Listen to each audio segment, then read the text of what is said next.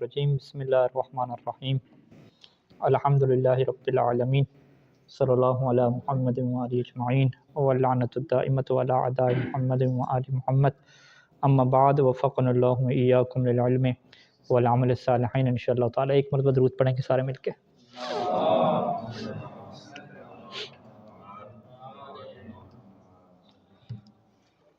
اچھا جی، اجتہاد کے اوپر جو اعتراضات ہیں ان اعتراضات میں سے ایک اعتراض جو ہے وہ کتاب الکافی سے پہلی جو جلد ہے اصول الکافی کی، وہاں سے ایک باب باندہ مرحوم کلینی نے باب البدع والرأی والمقاییس سے، ٹھیک ہے جی۔ اصل بنیادی نقطہ ادھر ہی رہے گا، یعنی ابھی تک جو لوگ بھی آپ سے بحث کریں گے اجتہاد کی مخالفت میں، ان کے ذہن میں یہی بات بیٹھی ہوئی ہے کہ اجتہاد کیا ہے؟ رائے کا نام ہے، قیاس کا نام ہے، ٹھیک ہے۔ اس میں کیا ہوتی ہے؟ بدعت ایک ایسا حکم ہوتا ہے کہ جس کو جو ہے وہ ارشاد نہیں فرمایا اللہ نے اور اللہ کے رسول اور اہل بیت علیہ السلام، ایک نئی چیز ہوتی ہے۔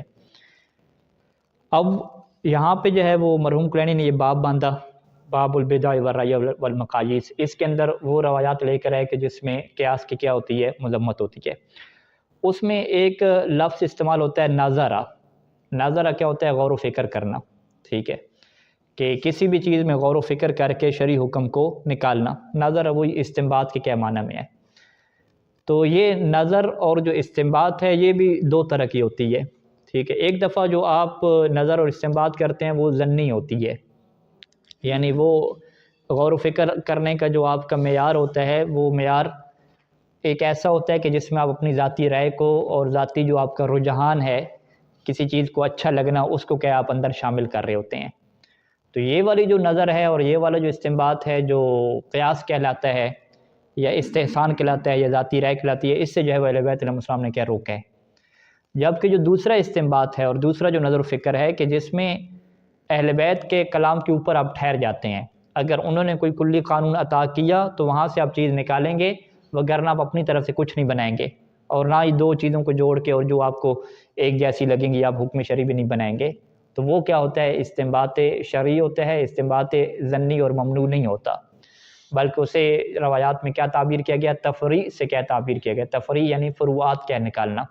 کلی احکام ہوں گے، اہل بیت علیہ السلام کلی قوانین دیں گے، قیامت تک جو بھی آپ کو مسائل پیش آئیں گے جدید قسم کے مسائل، آپ وہاں سے کلیات کو اپلائی کر کے وہ کیا نکالیں گے۔ تو اب یہاں پہ جو اجتہاد کے مخالفین ہوتے ہیں وہ ایسی روایات کو لے کر آتے ہیں جو قیاس کی مذمت میں اور جس میں لفظ نظرہ یا استنبط استعمال ہوا، اور وہ چونکہ نظرہ کا لفظ استعمال ہو رہا ہے کس کی مذمت میں؟ قیاس کی مذمت میں، یا ایسی غور و فکر کرنا جس کی بیس اور بنیاد قیاس ہوتی ہے، تو وہ اس چیز کو کیا سامنے نہیں لے کر آتے۔ وہ کہتے ہیں بس یہ نظر اور غور و فکر سے منع کر دیا تو منع کر دیا، لہٰذا آپ روایات اہل بیت علیہ السلام سے کوئی نتیجے وغیرہ آپ نہ نکالیں، غور و فکر کر کے اس سے کچھ بھی کیا حکم شرعی نہ نکالیں، اس کی کیا پابندی لگی ہے۔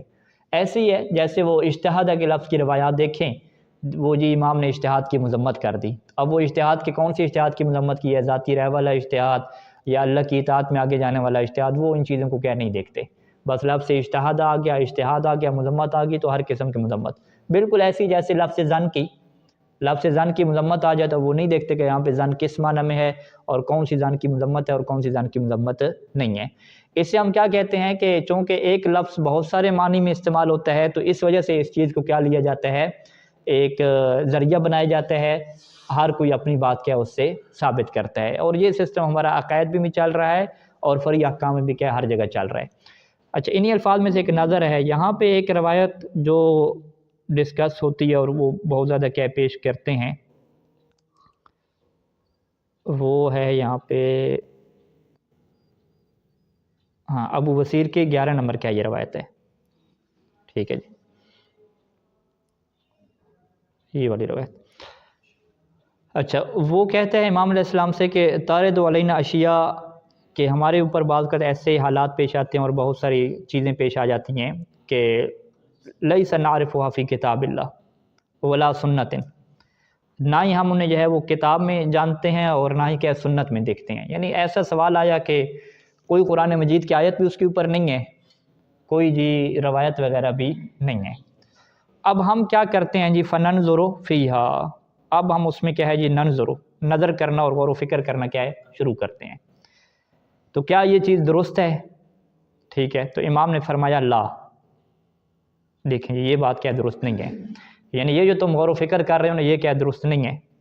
آگے پھر کیا امام نے فرمایا، اما انک ان اصبت، اگر تم نے غور و فکر کی اور واقع تک پہنچ گئے، لم تو اجر نہیں ملے گا، اور اگر وہ غلط نکل آیا کام تو ایسا نہیں ہے کہ تم جو ہے وہ معاف ہو جاؤ گے، تمہاری معافی ہو جائے گی، نہیں، بلکہ کذبت اللہ عز و جل، غلط نکل آیا تو تم کاذب بن جاؤ گے کہ تم نے جھوٹ بولا اللہ کے اوپر، اور جو بندہ کاذب ہو، جھوٹ ہو، اور اسے ٹھیک بھی ہو جائے تو کوئی اجر نہ ملے، تو یہ چیز کیا ہوتی ہے، ممنوع ہوتی ہے۔ لہٰذا انہوں نے کیا نتیجہ نکالا کہ بھئی ابو بصیر نے آ کے امام علیہ السلام سے کہا کہ ہم جی غور و فکر کرنا چاہتے ہیں، ہمیں اس چیز کی پرمیشن دی جائے، تو امام نے کیا اس چیز کو منع کر دیا، ٹھیک ہے، فنظر، تو یہاں پہ وہ لفظ ناظرہ کو کس معنی میں لیتے ہیں، فننظر فیہا کو، یعنی غور و فکر کرنا اور استنباط کرنا۔ تو پس ان کا نتیجہ، یعنی ہم ان سے پوچھیں گے پھر آپ کی کیا مطلب ہے، اگر روایت میں جو ہے فرض کریں موبائل کے ذکر نہیں ہے، موبائل استعمال کرنا جائز ہے، جائز نہیں ہے، اب آپ نے قرآن مجید میں بھی دیکھا، سنت میں دیکھا، موبائل کے وہاں پہ ذکر نہیں تھا، اب کیا کریں، موبائل استعمال کریں یا نہ کریں، کیا فتویٰ دیں گے، کچھ نہ کچھ فتویٰ تو دیں گے، روایت میں تو آیا نہیں ہے، اب غور و فکر ہی کریں گے نا، غور و فکر کریں گے کہ جی کچھ کلی قوانین ایسے ہوتے ہیں کہ ہر وہ چیز جس کے ہم نے حرام ہونے کا آپ کو نام بتایا وہ حلال ہے، یا کوئی ایسی چیزیں کہ جس سے جی فساد خطرہ نہ ہو، اس طرح کے کلی آپ قواعد لے کریں گے، تو غور و فکر تو ہوگا بالآخر، آپ قیاس نہیں کر سکتے۔ اچھا، اسی طرح کے سوال، اسی طرح کے جو روایات ہیں وہ دیگر بھی ہیں کہ جس میں جو ہے وہ باقاعدہ جو ہے وہ نظرہ کا لفظ استعمال ہوا قیاس کے معنی میں، جیسے یہ اوپر روایت ہے محمد بن حکیم کی، ٹھیک ہے، اب یہ اس چیز کو کیا واضح کرے گا، یہ بھی کہتا ہے کہ فربما ورد علینا شیء لم یأتنا فیہ عنک ولا عن آبائک شیء، کہ کوئی ایسی چیز ہمارے پاس آ جاتی ہے کہ لم یأتنا فیہ عنک ولا عن آبائک شیء، کہ اس کے متعلق جو ہے وہ کوئی روایت نہیں آئی، نہ آپ نے کچھ بیان کیا ہوتا ہے اور نہ ہی کیا ہے آپ کے آبا نے بیان کیا ہوتا ہے، فنظرنا، پس ہم دیکھتے ہیں، کس کی طرف دیکھتے ہیں، فنظرنا الی احسن ما یحضرنا و اوفق الاشیاء، ٹھیک ہے، ہم دیکھتے ہیں کہ جو بہترین چیز ہمارے پاس ہے، وہ اوفق الاشیاء، اور جو اس کے موافق چیز بنتی ہے، یعنی جو بہترین ہے آپ کی طرف سے آئی ہے، اور اوفق الاشیاء، اور تمام چیزوں میں سے جو اس کے موافق بنتی ہے، اس جیسی بنتی ہے، ہم اس کو کیا دیکھ لیتے ہیں، وہ اوفق الاشیاء لما جاءنا عنکم، ٹھیک ہے، تو ہم جو چیزیں ہمارے پاس پیش ہو رہی ہیں ان میں سے ہم جو چیز بہتر ہمیں لگتی ہے اور زیادہ چیزوں میں سے موافق لگتی ہے، ان جیسی لگتی ہے، تو ہم کیا ہے جی فناخذ بھی، ہم اسی چیز کو کیا لے لیتے ہیں، ٹھیک ہے۔ اب اس نے جو نظر کا طریقہ ہے وہ بیان کیا کہ ہم یہ دیکھتے ہیں کہ کون سی چیزیں آپس میں ایک جیسی لگ رہی ہیں، کون سی چیزیں کیا بہتر لگ رہی ہیں، تو امام نے فرمایا کہ ہائے ہاتھ دور رہو اس چیز سے، ٹھیک ہے، یہ چیز جائز نہیں ہے۔ واللہ ہلک من ہلک یا ابن حکیم، ثم قال، پھر امام کیا فرمایا کہ لعن اللہ ابا حنیفہ کان یقول قال علی وقلت، کہ یہ ابو حنیفہ کہتا تھا اس طریقے سے کہ مولا کا تو یہ فرمان ہے اور میں کیا یہ کہتا ہوں۔ اب یہ جو محمد بن حکیم ہے یہ کیا بیان کرتا ہے، یہ کہتا ہے حشام بن حکم سے، قال محمد بن حکیم لحشام بن حکم، واللہ ما اردت، اللہ کی قسم میرا ارادہ نہیں تھا، مگر کیا ارادہ تھا کہ الا یرخص علی فی القیاس، کہ امام علیہ السلام مجھے قیاس کرنے کی کیا دے دیں گے، اجازت دے دیں گے۔ یعنی یہ جو اس نے نظرہ استعمال کیا نا، فنظرنا، یہ کیا کہہ رہا ہے کہ میری اس جملے سے مراد کیا تھی، قیاس کی پرمیشن لینا تھی، تو میں تو یہی سوچ کے گیا تھا، لیکن امام علیہ السلام نے کیا قیاس کی پرمیشن نہیں دی، اور اس کے بعد باقاعدہ ابو حنیفہ کا بھی ذکر کیا، اس کو بھی کیا لعنت پڑھوا کے یہ آ گیا، ٹھیک ہے۔ تو مطلب کیا ہے کہ یہ جو نظر کی وہاں پہ بات کرنے گیا تھا کہ غور و فکر کرنے والا، یہ کون سا غور و فکر کرنے والا تھا، وہی قیاس ہی تھا جو ابو حنیفہ کی طرف سے یا جو ہے وہ دیگر لوگوں کی طرف سے کیا ہے وہاں پہ کیا جاتا تھا۔ تو اسی نظر کے تحت جو ہے یہ جو ہوتے ہیں وہ سارے کے سارے کیا ہے روایات میں منع کیا گیا ہے یہ والی نظر کہ جو کیا ہو قیاس ہو، اور اسی نظر کے متعلق ہی کس نے سوال کیا تھا، ابو بصیر نے کیا تھا، اور اسی وجہ سے جو ہے وہ مرحوم کلینی نے اس باب کا عنوان بھی کیا دیا، ٹھیک ہے، باب البدع والرائے والمقاییس، یہاں پہ جو نظر اور غور و فکر کرنا ہے وہ تفریح کے معنی میں نہیں ہے۔ اچھا، آپ تفریح کے اوپر آ جائیں کہ کلی احکام جو اہل بیت علیہ السلام نے عطا کیے ان سے ہم جدید مسائل کیا نکال لیں، ٹھیک ہے، موبائل چلانا جائز ہے، جائز نہیں ہے، ریکارڈنگ کرنا، تصویریں بنانا، ٹھیک ہے، کلی احکام موجود ہیں قواعد، ان سے ہم یہ چیزیں نکالیں، کیا اس سے منع کیا؟ نہیں، اس سے تو کیا منع نہیں کیا۔ تو اس کے متعلق وہی روایات ہیں جو اصول اور فروع کی کیا ہم نے بیان کی تھیں، جو وسائل الشیعہ میں کیا مرحوم کلینی نے بھی کیا ہے نقل کی ہے وہاں سے. ہاں یہ روایت ہے. یہ وسائل الشیعہ میں انہوں نے بھی کیا باب باندھا کہ جی رائے سے اور اجتہاد وغیرہ سے یہ حکم آپ نہیں دے سکتے. تو اس میں کیا ہے انہوں نے 2 روایات کیا ہے آخر پہ ذکر کی اس باب کے آخر پہ. ٹھیک ہے. یہ روایت امام صادق علیہ السلام سے ہے کہ آپ نے فرمایا کہ انما علینا ان نلقی الیکم، کہ ہماری ذمہ داری کیا ہے کہ ہم تمہاری طرف ڈال دیں، تمہیں عطا کر دیں کیا چیز؟ الاصول، کہ ہم تمہیں کیا اصول یعنی کلی چیزیں تمہیں دے دیں گے. وعلیکم ان تفرعوا، فرع یفرع تفریعا. ٹھیک ہے. تمہاری کیا ذمہ داری ہوگی کہ اس سے فریات اور جزیات نکالو. ٹھیک ہے. اس کی ہم نے مثال کیا دی تھی کہ جب اس نے آ کے امام علیہ السلام سے پوچھا کہ جی وہ ناخن میرا کیا ہے ٹوٹ گیا تو میں کیسے تیمم کروں گا، وضو جبیرہ کروں گا. تو امام نے کہا کہ یہ تو آپ قرآن مجید کی سائز سے نکال سکتے ہیں کہ اللہ نے تمہارے اوپر دین میں حرج نہیں رکھا. ٹھیک ہے. اس کے باقاعدہ یہ چیز سکھائی کہ یہ کلی قانون ہے، یہاں سے تم کیا یہ چیزیں نکالو. آج تمہارے پاؤں کا انگوٹھا ٹوٹے، کیا ہے ناخن ٹوٹا ہے، کل تمہارے ہاتھ کا ٹوٹے گا، پھر تم آ جاؤ گے پوچھنے کے لیے. ٹھیک ہے. تو اس طریقے سے جو ہے وہ کلی قوانین موجود ہیں، وہاں سے کیا ان چیزوں کو کیا نکالو، کہ جو ہم نے کیا گزشتہ درس میں کیا چیز کو بیان کی تھی. تو اب یہ جو تفریح ہے یہ بھی غور و فکر سے ہوگی نا.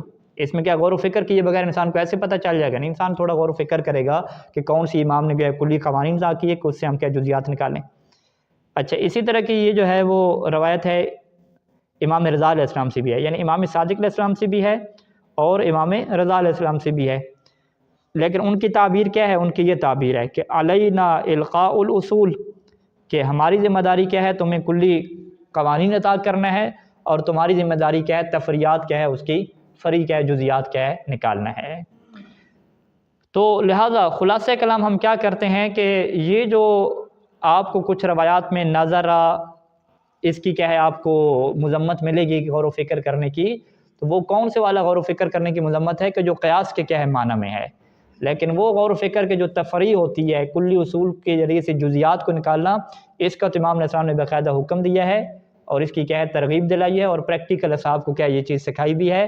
جیسا کہ وہ درس جو ہمارا گزرا ہے کہ اصحاب کو جو ہے وہ استنباط کی ٹریننگ دینا اور اجتہاد کی کیا ہے ٹریننگ دینا، اس میں کیا کچھ روایات کیا ہے آپ کے سامنے ہم نے بطور شاہد کی پیش کی تھی. تو وہاں سے یہ کہ ہم نتیجہ نکالیں گے.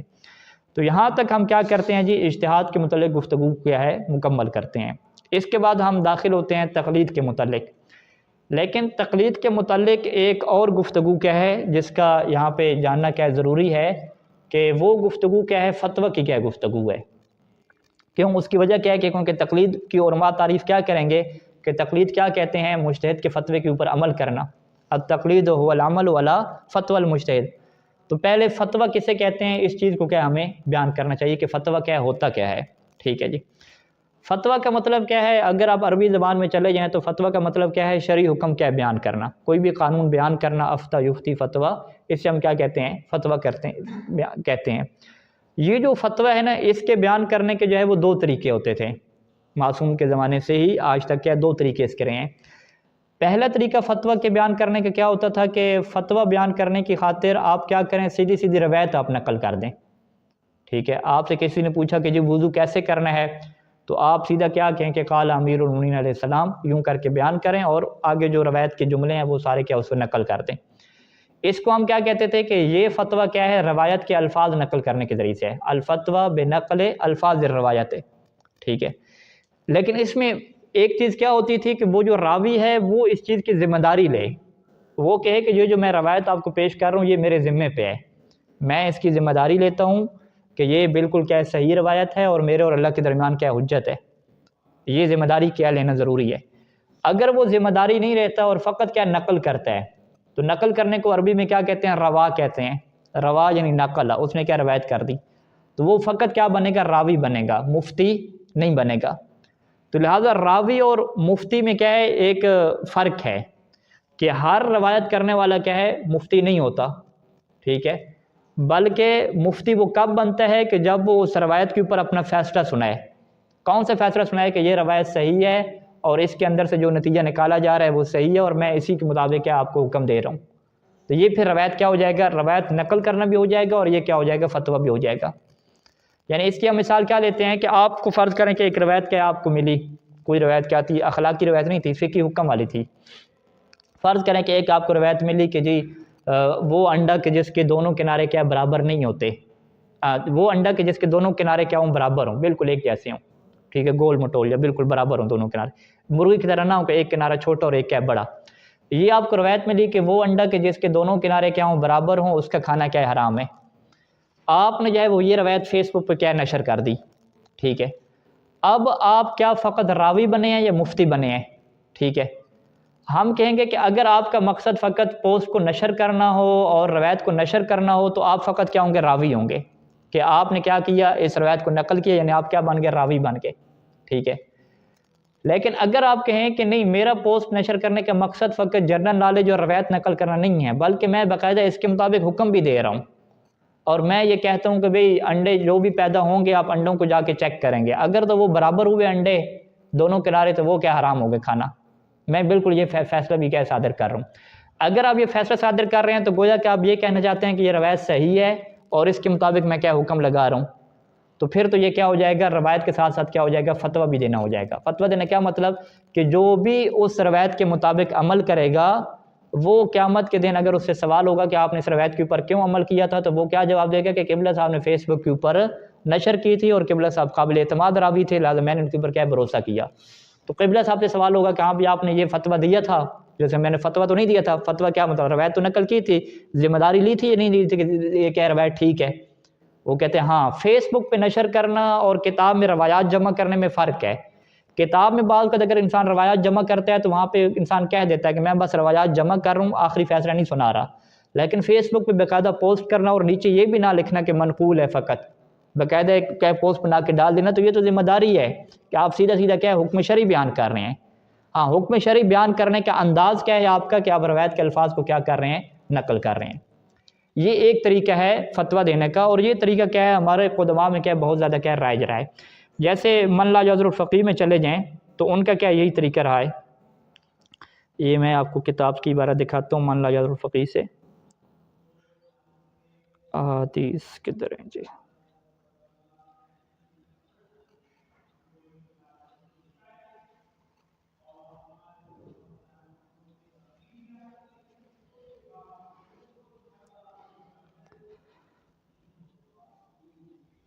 یہاں پہ آپ شیخ صدوق علیہ رحمہ کو دیکھیں گے کہ وہ کیا کہنا چاہتے ہیں، ٹھیک ہے جی۔ شیخ صدوق علیہ رحمہ اپنے قصہ لکھتے ہیں کہ ایک بندہ میرے پاس آیا اور اس نے کہا کہ جی ہمارے پاس میڈیکل کی کتاب موجود ہے جس کا جو نام لکھا گیا ہے کہ من لا یعذر الطبیب، کہ جس کے پاس ڈاکٹر نہ ہو، تو آپ بھی جو ہے فقہ کی کوئی ایسی کتاب لکھیں کہ اس کا نام بھی کیا ہے اسی کے وزن پہ رکھیں، من لا یعذر الفقیہ۔ تو انہوں نے کیا کہا کہ جی میں نے اس کی بات کو جو ہے وہ قبول کر لیا، کہ اس نے کہا نا کہ یہ کتاب کون سی ہے، من لا یعذر الطبیب ہے، تو اسی طرح کی آپ کتاب رکھیں، تو میں نے کیا اس کی بات کو قبول کر لیا۔ اچھا، پھر میں نے کیا کیا جی، وصنفت لہ ھذا الکتاب، وصنفت لہ ھذا الکتاب بحذف الاسانید، اس کتاب میں نے کیا کیا، روایات لکھی لیکن سند کے حذف کر دی، لئلا تکثر طرقہ، تاکہ ایک روایت کے جو طرق ہیں وہ بہت زیادہ نہ ہو جائیں، اگرچہ اس کے فوائد زیادہ ہیں، سند آپ لکھیں گے فوائد زیادہ ہیں، اگلے بندوں کی لسانی ہوتی ہے۔ ولم اقصد فیہ، اس کتاب میں میرا یہ ارادہ نہیں ہے کہ قصد المصنفین، کہ جو مصنفین کا ارادہ ہوتا ہے، کیا ارادہ ہوتا ہے کہ فی اراد جمیع ما رواہ، کہ جو بھی لوگوں نے روایت کی ہے وہ ساری کی ساری کیا اس میں وہ جمع کر دیتے ہیں، یہ میرا مقصد نہیں ہے۔ بل قصدت الی ایرادہا، بلکہ میں نے یہ ارادہ کیا ہے کہ الی ایرادہا، کہ ان روایات کو میں لکھوں گا کہ افتی بہی، کہ جن روایات کے مطابق میں فتویٰ دیتا ہوں، وہ احکم بصحتہ، اور ان روایات کے صحیح ہونے کو حکم لگاتا ہوں، وہ اعتقد فیہ، اور ان کے بارے میں یقین رکھتا ہوں کہ انہ حجت فیما بینی و بین ربی، کہ یہ چیزیں کیا ہوں گی، حجت ہوں گی میرے اور میرے اللہ کے درمیان۔ یعنی میں وہی روایات لکھنا چاہ رہا ہوں کہ افتی بہی و احکم بہی، کہ جن کے مطابق میں فتویٰ دیتا ہوں اور حکم لگاتا ہوں۔ یعنی فقط میں یہاں پہ راوی نہیں مان رہا کہ میں کیا آپ تک روایات نقل کر رہا ہوں، نہیں، بلکہ باقاعدہ میں یہاں پہ کیا بنوں گا، مفتی بنوں گا، اور آپ کو حکم لگا کے دوں گا کہ یہ والی روایت جو میں نے ابھی کتاب میں لکھی ہے یہ 100% کیا میرے نزدیک اوکے ہے، اور یہ میرے اور اللہ کے درمیان حجت ہے، اور میں اس کے صحیح ہونے کا کیا لگاتا ہوں، حکم لگاتا ہوں۔ تو لہٰذا من لا یعذر الفقیہ کتاب کو کیا کہتے ہیں کہ اس میں 2 in 1 ہمیں چیزیں مل گئیں، ایک ہمیں اس میں روایت بھی مل گئی اور روایت کے ساتھ ساتھ کیا ہے شیخ صدوق علیہ رحمہ کے فتاوی بھی مل گئے، ٹھیک ہے۔ اب اس کے بعد آپ ان کی کتاب میں چلیں گے تو انہوں نے یہی کیا، مثال کے طور پہ باب المیاہ، انہوں نے پانی کے کیا ہے باب لکھا، ٹھیک ہے۔ انہوں نے کیسے شروع کیا،